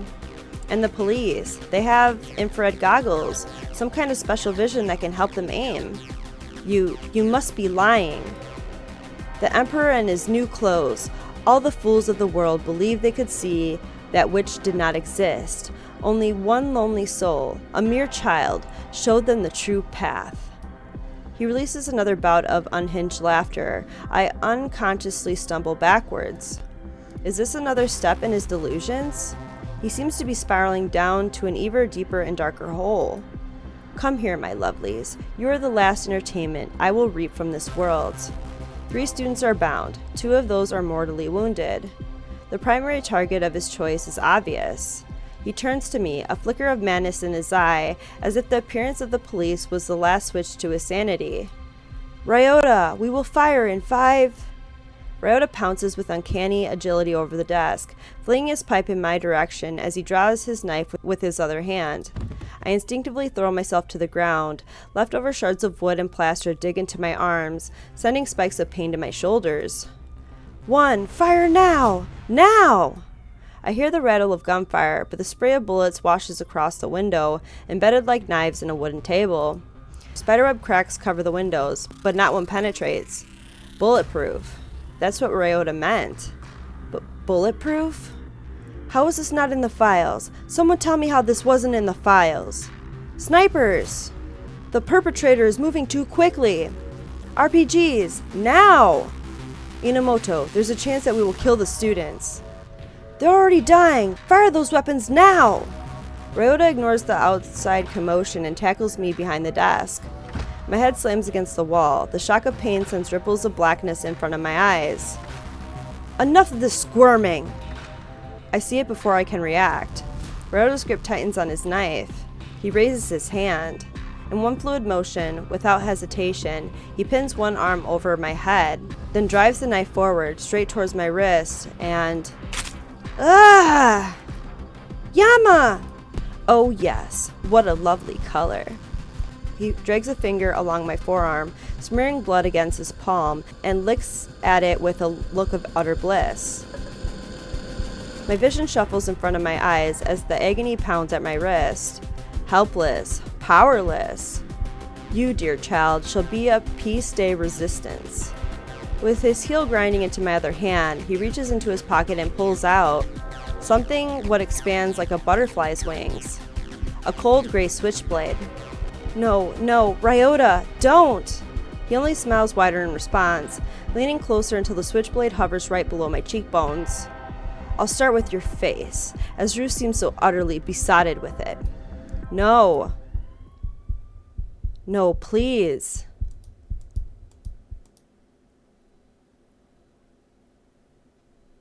Ah, I got it. Cruel reality. Nothing. Goodbye. And soon enough, my room is completely empty. That was unusual. I settle back into my blankets, turning over Elizabeth's news in my mind. No coverage, no buzz. Sure, the last thing I'd want is for a bunch of clamoring reporters to tear up the hospital, but it concerns me that such a big crime is essentially going uncovered. But why? It simply doesn't make sense. No sense at all. I wake up on my own this time. Alright, so our only choice is Mizaki to get the achievement for this. Considering the circumstances, this is probably the best person I can talk to right now. How else was I supposed to know you weren't making a confession? Ignoring my anguish, Mizaki slaps me on the back, a smug grin plastered on her face. Best girl, select only the choices related to one heroine. Okay, so now we're gonna get the achievement where it's called Fruitless, where we don't hang out with anybody at all. Modeling is madness. Sorry, I really can't. Are you sure? The man seems genuinely terrified for his life. I feel a pang of guilt, but I might actually be doing him a favor if I had ended up ruining the commercial. Yeah, sorry. Well, I won't force you. As he slinks away, I give Mizaki an apologetic smile. Aw, you're no fun. You would have looked great in a kimono.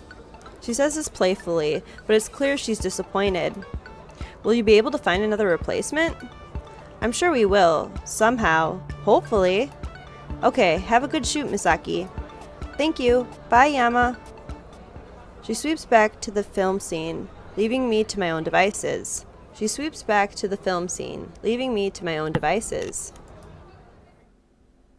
For a moment, I'm tempted to stick around and take a look at the filming process, but I decide against it. The last thing I need is another reason for the police to suspect me.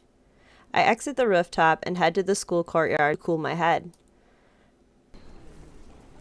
When school is out of session, the courtyard is a relaxing, quiet haven for any student looking to catch a breath of fresh air. I settle on the nearest bench and close my eyes, taking slow, controlled breaths. Maybe just taking in some time to relax isn't such a bad idea. I'm fidgety and anxious, a poor mood if I want to spend time with friends. But can I really rest easy? Disappearances on campus, seemingly without pattern, merciless and sudden. The academy was supposed to be invincible. If it didn't want someone to enter, no one could enter. If it didn't want someone to leave, no one could leave. There's a reason the tuition is crazy high, and it's not because of teaching quality. The security measures need to be strong enough to protect the kids of government officials, corporate officers, and on visits, the mayor himself. The academy is really the only school that can keep its students completely safe. Well, at least that's what it's supposed to be. But now?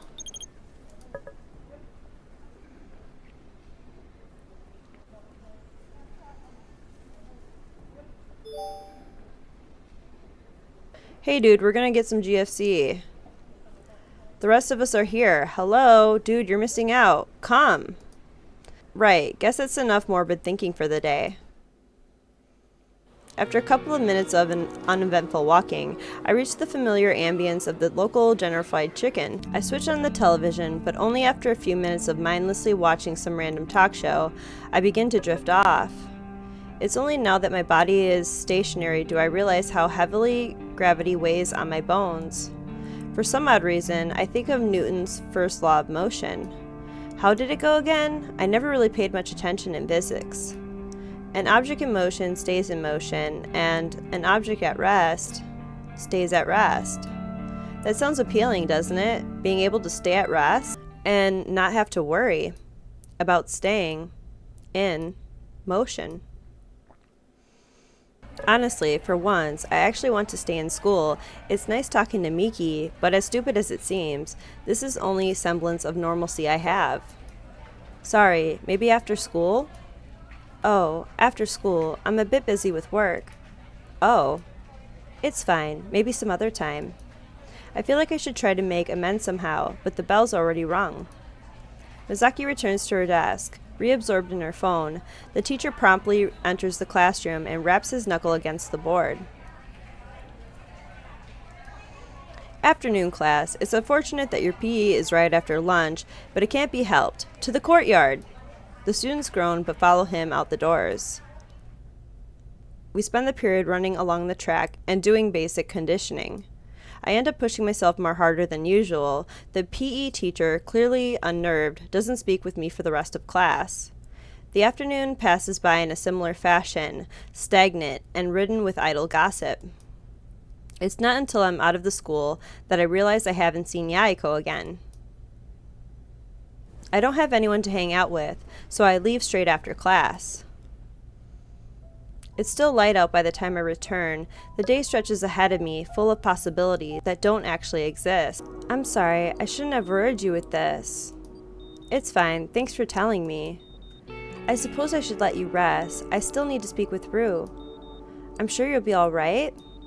Yeah, thanks for stopping by, Miki. Of course. Rest well, Yama.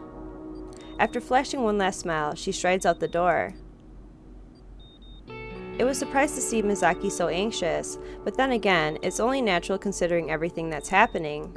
Fruitless, be unable to visit any heroine. But try as I might, I can't think of a single person. Maybe I should just wait here until my parents come. Technically, I should see Rue, but I just don't know. There's so many variables, so many what-ifs. Just thinking about a future where something wrong happens and we split up, it fills me with dread. I should just call her. She deserves that much.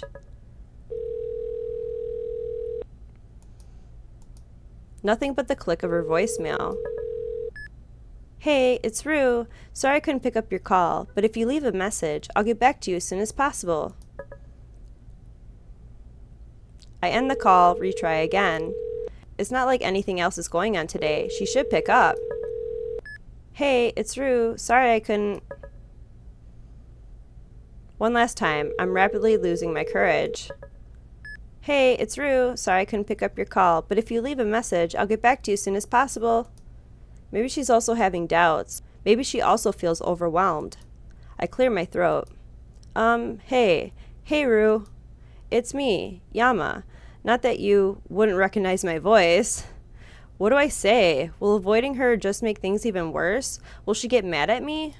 My head is spinning. I don't even know what I'm thinking anymore. Look, sorry, but think we could meet up some other time? Because...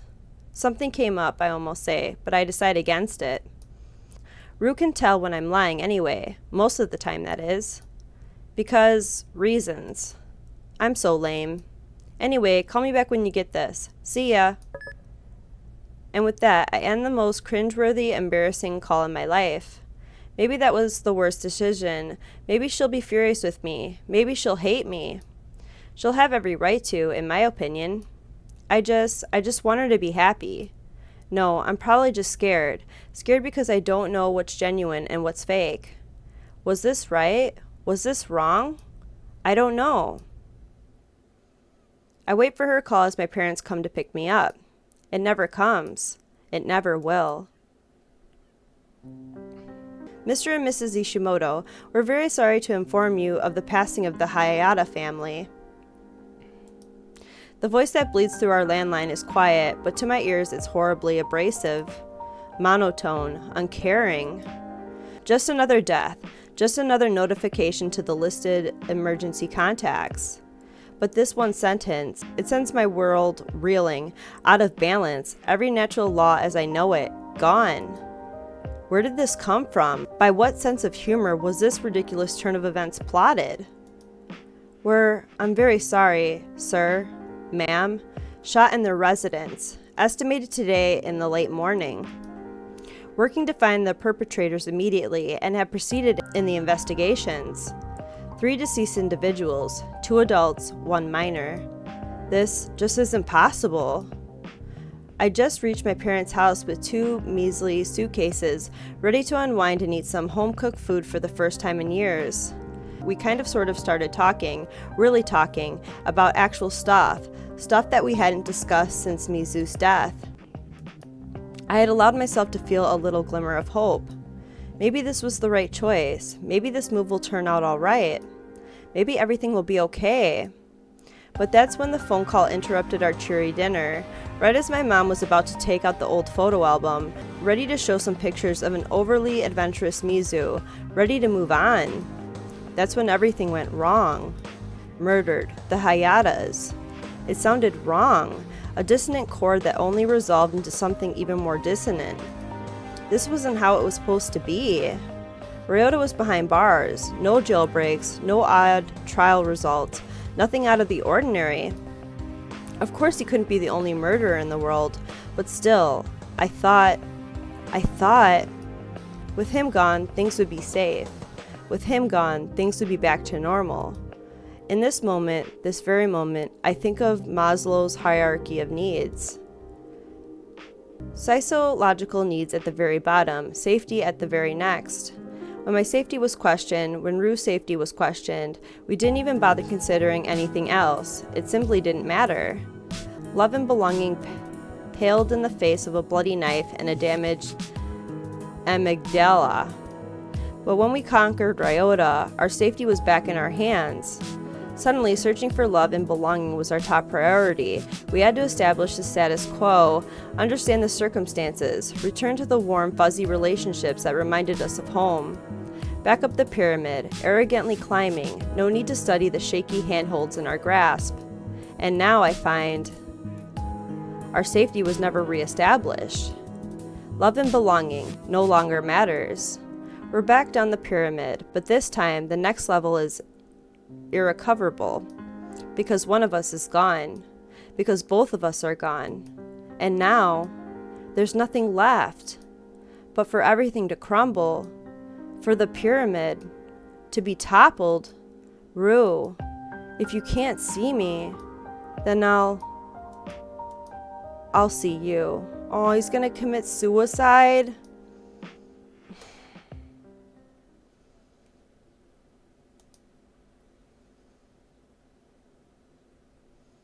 Did I get all the bad ends now? I have unlocked all 13 out of 13 achievements.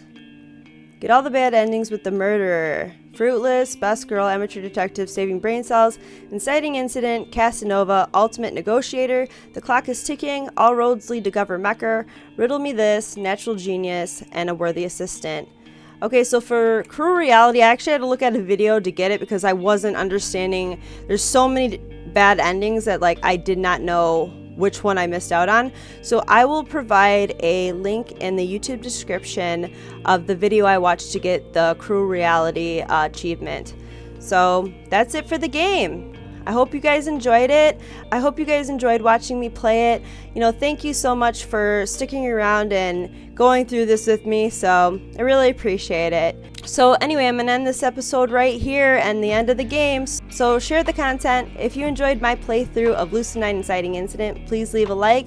Let me know what you guys thought down in the comments, and make sure to subscribe and click that bell button so you know when I upload the next game to the channel. So thank you guys so much for watching. You guys have a great night. Bye!